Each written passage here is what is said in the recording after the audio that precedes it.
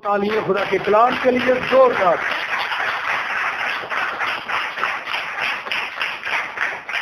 आज खुदा के कलाम में से हम बड़ी ही अहम और खास बात को सीखने को है,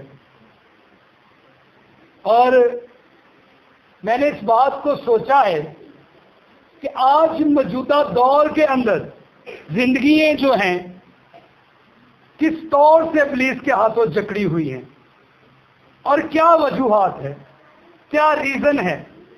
हम इस बात पर क्या है कि गौर करेंगे। और मौजू हमारा जो है, अगर हम तब्दील हुए हैं, मेरे साथ दोहराइए, अगर हम,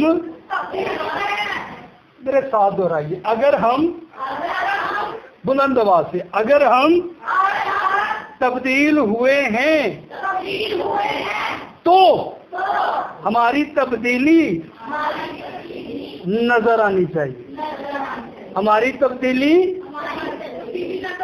नजर आनी चाहिए, हमारी तब्दीली, मेरे साथ रहना है, आगे नहीं जाना, हमारी तब्दीली नजर आनी चाहिए। अगर हम तब्दील हुए हैं तो हमारी तब्दीली नजर आनी चाहिए। इसके लिए हम मरकज की अंजील उसका 5वां बाब पहली, दूसरी, तीसरी और चौथी आयत पढ़ेंगे। जी बुलंद आवाज से। मरकज की अंजील उसका 5वां बाब और उसकी पहली आयत पर चौथी आयत पर तलावत करेंगे। और वो झील के पास, और वो झील के पास गराफीनियों के इलाका में पहुंचे, गराफीनियों के इलाका में पहुंचे।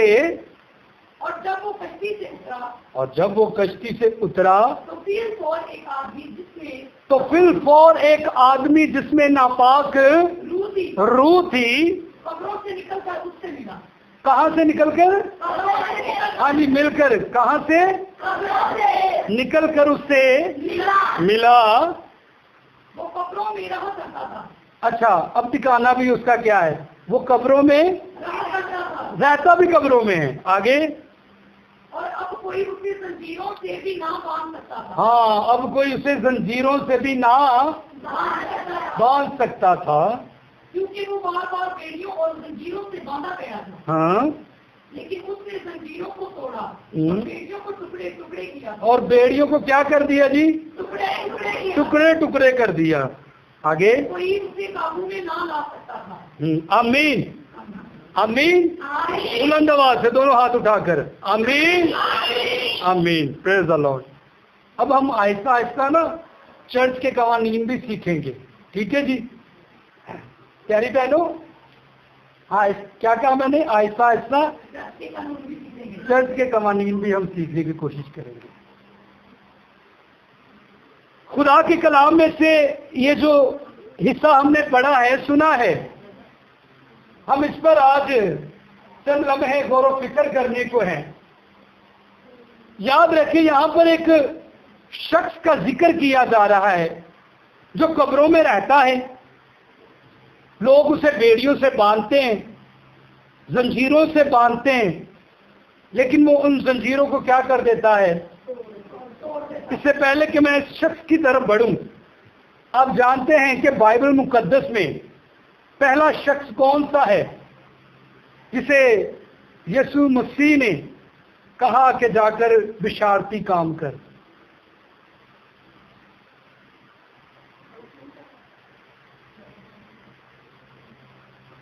नहीं जानते।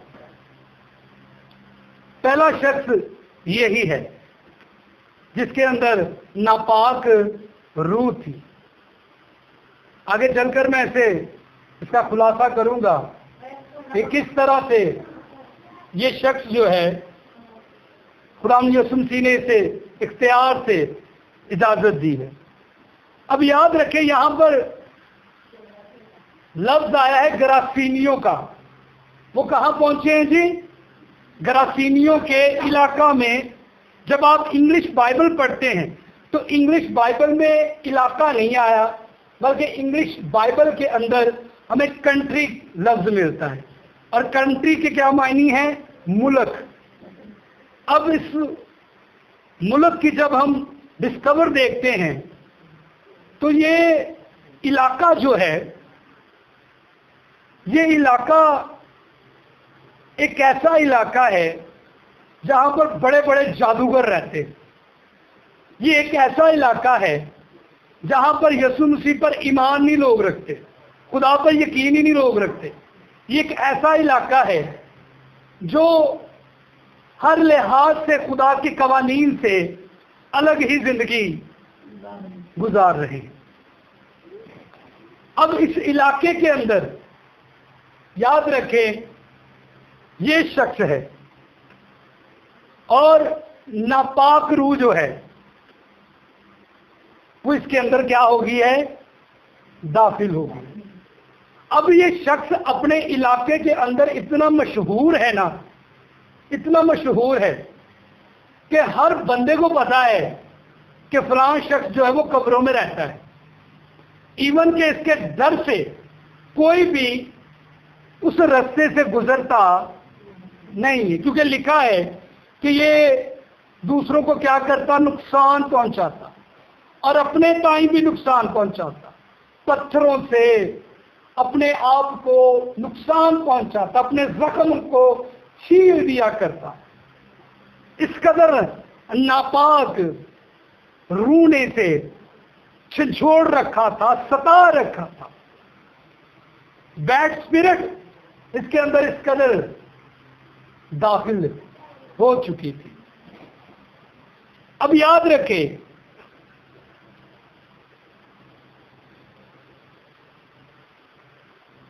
बैड स्पिरिट जो है ये दो तरह की होती है। कितनी तरह की? दो तरह की। एक स्पिरिट वो होती है जो आपके अंदर से गंदगी निकलती है, इंसान के, वो स्पिरिट है। अब वो स्पिरिट जो है बुरे ख्यालात, बुरी बातें, बुरी चीजें और तरह की जो बातें हैं, ये आपके अंदर से स्पिरिट निकल रही है। कुरान यीशु मसीह ने फरमाया, अक्सर हम इस आयत को किसी और दिशा में ले जाते हैं, किसी और तरफ ले जाते हैं। नापाक क्या है? जो आदमी के निकलता है। नापाक वो है जो उसके अंदर से निकलता है, जो वो निकालता है। एक स्पिरिट ये है जी, आपकी सोच। और सियाने के अंदर बंदा तो सवर जाता पर सोच सवरदी नहीं। ये आपकी एक स्पिरिट है जो आपकी सोच है। और मैंने अपने मुआशरे के अंदर बहुत मर्तबा देखा है कि ज्यादातर हम इसी चीज के शिकार होते हैं। हम इसी चीज के होते हैं। बहुत सी नौजवान बेटियां, बेटे ज्यादातर इसी मामलात के अंदर फंसे होते हैं। मिसाल के तौर पर एक केस मेरे पास आया बेटी का, उन्हें वावा 2-3 दिन ना घरदियां नूं परेशान करके रखा। दुआ के लिए मुझे बुलाया गया, मैं दुआ के लिए गया। उन्हें आप ही मैनू कहता भाई साहब कुछ नहीं जी, बस है गल। मेरी बात समझ रहे ना? हाँ। तो ये एक सोच है, एक स्पिरिट आपकी सोच की है, एक बुरी रूह आपके सोच की है। आप इसे किस तौर से या किस एंगल से लेते हैं ये आप पर डिपेंड है। ये आप पर डिपेंड करता है कि आपने इसे किस एंगल से इस्तेमाल करना है।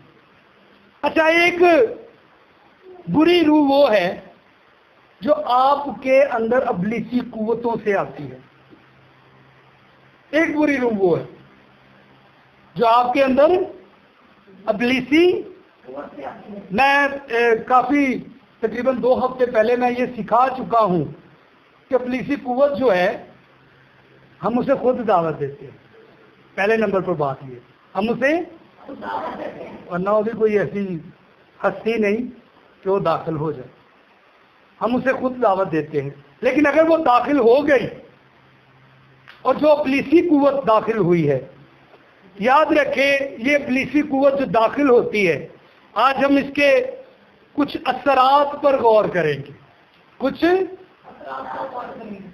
इसके लिए आप मत्ती की इंजील का 9वां बाब 32 और 33 आयत। जी बेटा, 9वां बाब 32 और 33 आयत, बुलंद आवाज से।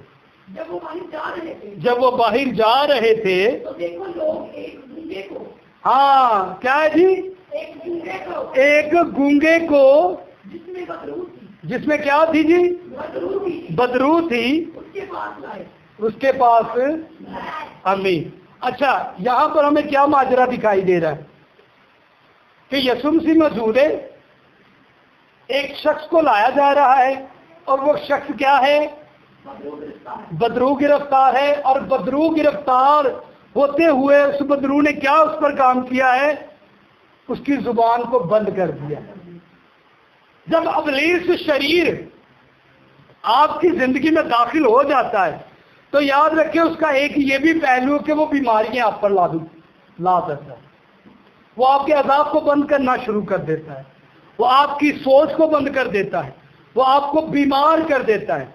वो बीमार क्यों कर देता है, क्योंकि वो खुद तासीर क्या थी, बीमार। अब जो तासीर इस नौजवान के अंदर दाखिल हुई है, ये तासीर क्या थी, गूंगी थी। ये बच्चा, ये नौजवान, ये शख्स पैदाइशी गूंगा नहीं था,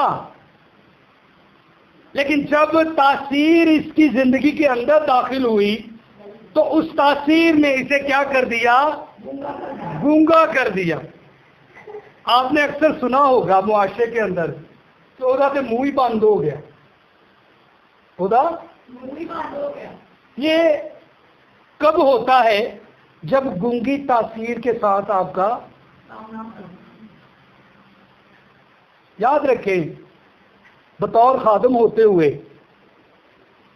आप यहां पर आते हैं कलाम सुनने के लिए। क्या सुनने के लिए, कलाम सुनने के लिए।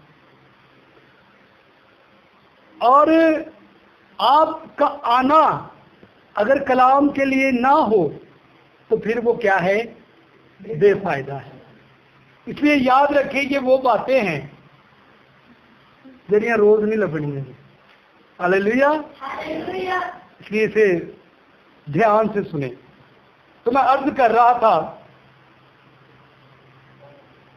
कि तासीर ने इसे क्या कर दिया, गूंगा कर दिया।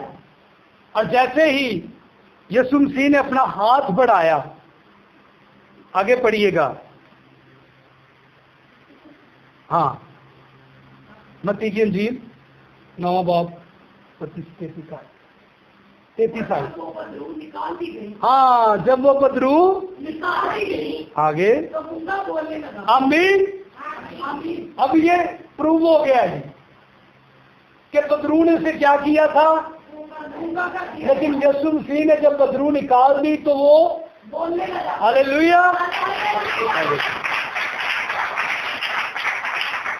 अब ये गूंगा जो है ये क्या होने लगा, बोलने लगा। याद रखें खुदाम यीशु मसीह से पहले बदरूहें निकालने वाला कॉन्सेप्ट कोई मौजूद नहीं था। यीशु मसीह से पहले बदरूहें निकालने वाला नहीं था।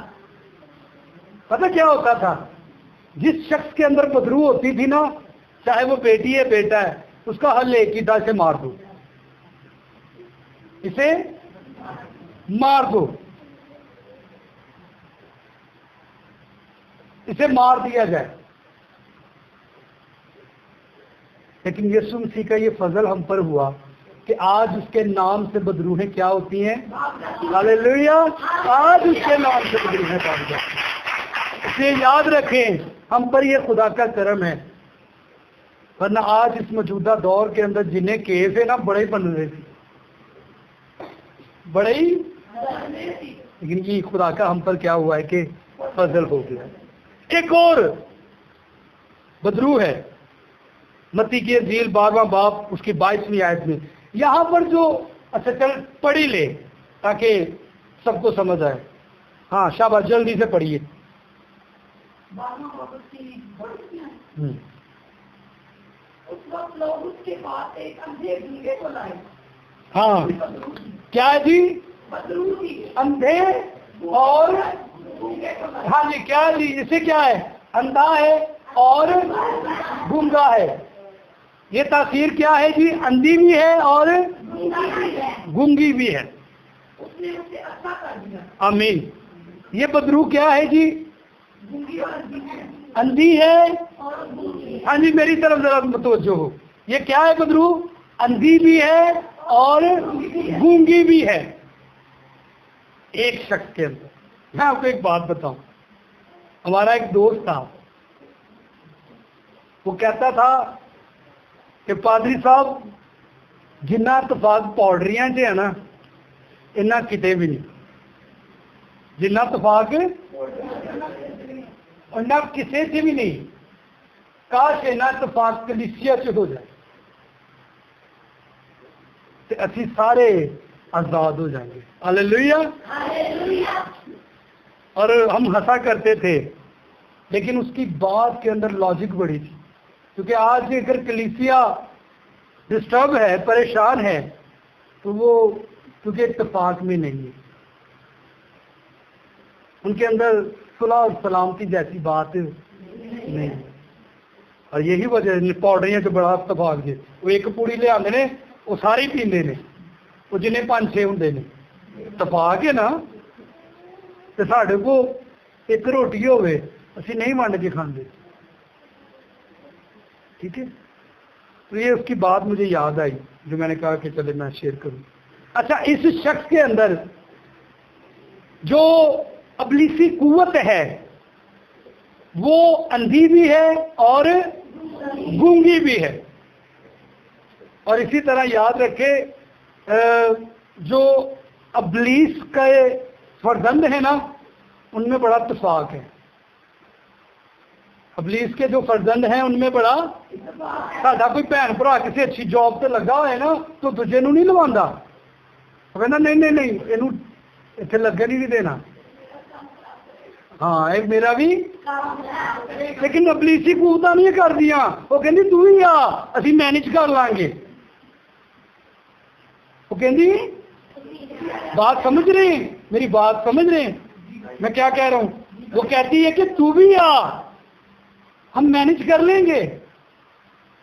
और बाइबल मुकद्दस के मुताबिक एक शख्स के अंदर 7 बदरूहें दाखिल हो सकती हैं। अब इस शख्स के अंदर जो बदरू है, अंधी भी है और भी है। क्योंकि मैनेज करना जानते ने, असी नहीं जानते। असी पादरी नू लेट डाउन करना जानते हैं, कलीसिया नू लेट डाउन करना जानती है, खानदान नू लेट डाउन करना जानता है।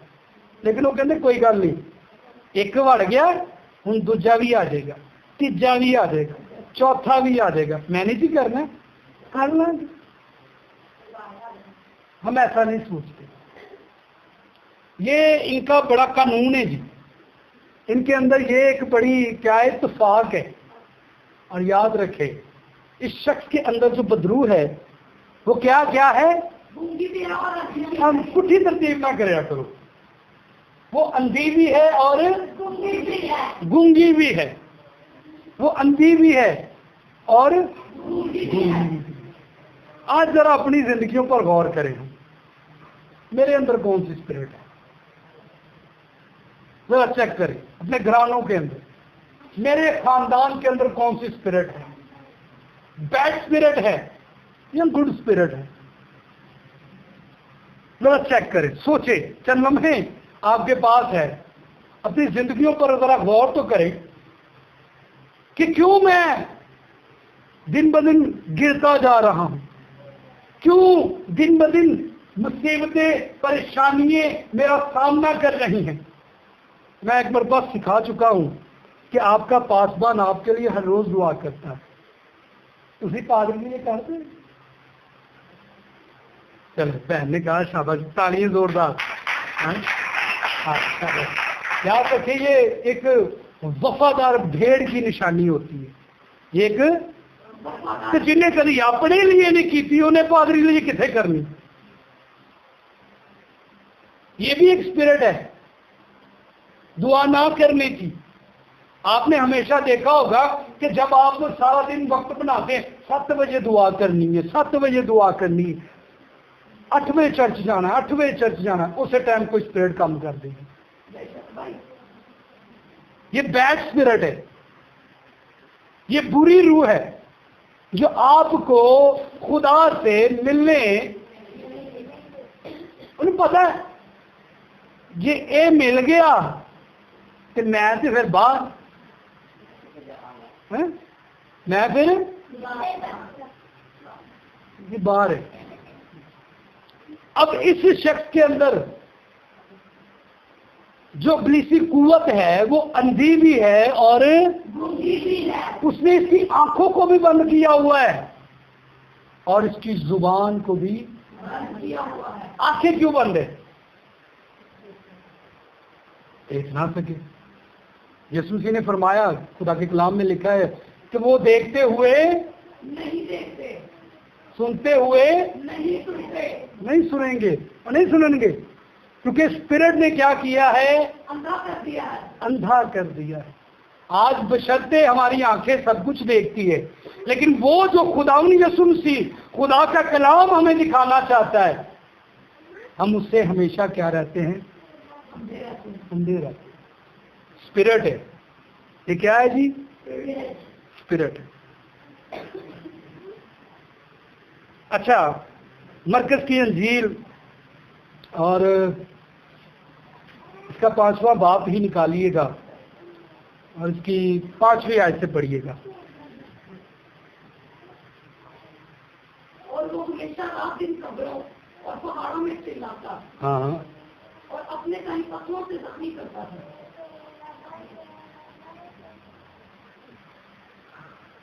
वो यीशु को दूर से देखकर दौड़ा, हाँ, उससे सजदा किया, हाँ, और बड़ी आवाज से चिल्लाकर कहा, हाय यीशु खुदा ताला, ये परनाम मुझे तुझसे क्या कहा? हाँ जी। अब क्या है कि यीशु मसीह कश्ती से उतरे, ये भागा है, यीशु मसीह के पास भागा और जाकर यीशु मसीह से दरख्वास्त करने लगा कि खुदावंद मुझे तुझसे, ये हकीकत में ये शख्स नहीं बात कर रहा, जो स्पिरिट इसके अंदर है ना, जो बुरी रूह इसके अंदर है, उन्हें पता लग गया कि कौन आ रहे हैं, उन्हें पता लग गया कि कौन आ रहे हैं, उन्हें पता लग गया जी। अक्सर कार लोग हमें कहते हैं कि भाई साहब जो तुसी आंदे हो ना तो साडा बच्चा ते बच्ची बड़ा आराम करते हैं, पर जो तुसी चले जाते हो ना वो फिर एक्टिव हो जाते। याद रखिए, पुलिस को पता है कि ये कौन आ रहा है। तो मैं हमेशा कहना होना कि असी आवांगे ते चले जावांगे, तो क्यों ना तुसी अपनी जिंदगी विच उन्होंने बुलाओ जेड़ा आवे ते कदी भी, ते ओदा नाम की है? यस्सु। ओदा नाम क्या है? उसका नाम क्या है? जरा बुलंद आवाज से, उसका नाम क्या है? यस्सु। पादरी आएगा तो वो चले जाएगा, पर यस्सु आएगा तो कभी भी। हालेलुया। अच्छा, 7वीं आयत पढ़िएगा।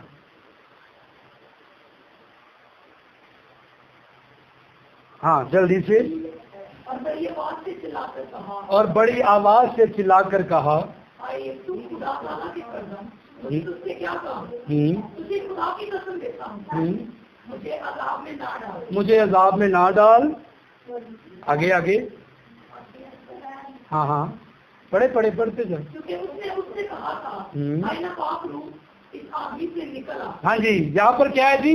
खुदावंद यीशु मसीह ने उस नापाक रूह को हुक्म दिया कि इस आदमी से क्या हो? अच्छा, 10वीं आयत पढ़िएगा। फिर उसने उसकी बहुत हाँ, फिर उसने उसकी बहुत मिन्नत की कि हमें इस इलाका से बाहर ना भेज,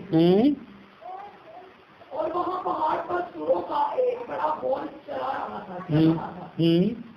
फिर उन्होंने उसकी मिन्नत करके कहा कि हमको उन सूरों में भेज दे ताकि हम उनमें दाखिल होना।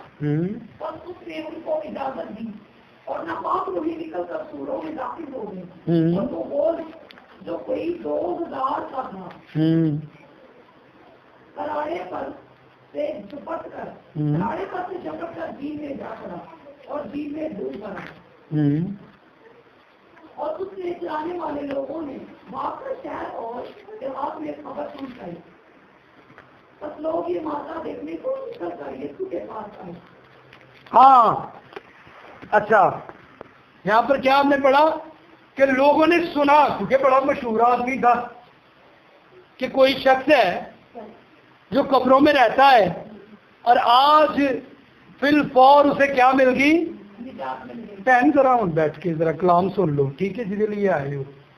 हाँ जी, मैं अर्ज कर रहा था कि उसने क्या किया, सुना लोगों ने कि कोई शख्स है जिसने उस शख्स को शिफा दे दी है जिसे लोग बेड़ियों से जकड़ते थे और वो कब्रों में रहता था और अपने टाइम क्या करता था? पत्थरों से जख्मी किया करता था। उसे क्या मिल गई? शिफा मिल गई। उसे क्या मिल गई? अब ये लोग इकट्ठे हुए हैं, ये लोग इकट्ठे हुए हैं, जाकर देखे तो सही ऐसी कौन सी शख्सियत है जिसने इसे क्या कर दी गई? शिफा दी। आगे पढ़िएगा। और जिसने बदरूहे यानी बदरूहों का लश्कर था उसको बैठे और कपड़े पहने और होश में देख कर गए। उन्होंने बंदा बन गया ना, वो की बन गया? पहला वो जिदा दिल करता सी उंज दौड़िया भजिया फिरदा सी, लेकिन अब जो है उसने पोशाक पहनी है बड़ी तहजीब के साथ। यीशु मसीह के पास वो क्या है कि बैठा हुआ है। आगे पढ़िए। और देखने वालों ने उसका हाल जिसमें बदरूहे थी और सूरों का माजरा उससे बयान किया और उसकी मिन्नत करने लगे कि हमारी सरहद से चलो। अब क्या है कि जी आज भी याद रखें, बहुत सी जिंदगियां हैं, बहुत से खानदान हैं, बहुत से शहर हैं, बहुत से मुल्क है जहां पर मसीह यीशु ने अपनी कुदरत के काम किए, लेकिन उन्होंने उसे वहां रहने ना दिया। यहां पर क्या माजरा हो रहा है? यीशु मसीह अलग कश्ती से नीचे उतरे और उतरते सारे एक बंदे को क्या दे दिए? शिफा दे दी। लोग इकट्ठे हुए और इकट्ठे होकर क्या कहने लगे कि हमारी सरहदों से निकल जा, इथे ना रही, हमारी सरहदों से निकल जा। आज भी बहुत मर्तबा ऐसा होता है कि मसीह यीशु तो हमारी जिंदगी में आता है, निजात, शिफा, मखलसी, छुटकारे का काम करता है, लेकिन हम कहते हैं कि निकल जा क्योंकि तेरी यहाँ पर जरूरत नहीं। और मैं हमेशा कहता हूँ कि अफसोस उस शख्स पर जिससे खुदा नाराज हो जाए। हमें अब पहला शख्स जो मैंने शुरू में कहा था वो यही है। आगे बढ़िएगा। और जब वो कश्ती में दाखिल होने लगा, हाँ जी, तो जिसमें बदरूहें थी उसने उसकी मिन्नत की। हाँ, जिसमें बदरूहें थी उसने उसकी क्या की? मिन्नत की कि मैं तेरे साथ रहूं, कि मैं तेरे साथ रहूं। यीशु ने क्या कहा? लेकिन उसने उसे इजाजत ना दी। हाँ जी, यीशु ने उसे इजाजत ना दी। आगे बल्कि उससे कहा कि अपने लोगों के पास अपने घर जाओ। आमीन। यीशु ने क्या कहा? अपने लोगों के पास अपने घर जाओ। चारों अना झील के अंदर अगर बिशारती काम किसी ने पहले किया है शख्स ने, तो वो ये शख्स है जिसे यीशु मसीह ने बाइख्तियार कहा कि अपने लोगों के पास जा, अपने घर जा और उन्हें बता कि किस तरह से। हाँ, आगे। और उनको खबर दे कि खुदावन ने मेरे लिए कैसे बड़े काम। आमीन। आमीन। ਅਸੀਂ ਕਦੀ ਕਿਹਾ ਇਹ ਕਹਿੰਦੇ खुदा ने ਕੀਤਾ मुट्ठी रख दे, उन्हें केड़ा आके थले कहना सानू। लेकिन इस शख्स को यह हुक्म दिया गया कि अपने शहर में जा, अपने घर में जा, रिश्तेदारों के पास जा और बता कि खुदावन ने मेरे लिए किस तरह बड़े काम किए हैं। और वो बड़े काम क्या थे? इन्हों शिफा दे देना, इसके अंदर से वो सारी बैड स्पिरिट जो है वो निकल जाने। आमीन। आज जरा चंद लम्हों के लिए सोचिए, क्या मैं इस चीज का शिकार तो नहीं हूं? क्या मैं इस चीज का सामना तो नहीं कर रहा? जरा सोचिए। आइए अपने स्वरों को झुकाएं और खुदा पाक खुदा की शुक्रगुजारी करें, दुआ करें कि खुदावन हमें इन सारे हालात से महफूज रखे और हमें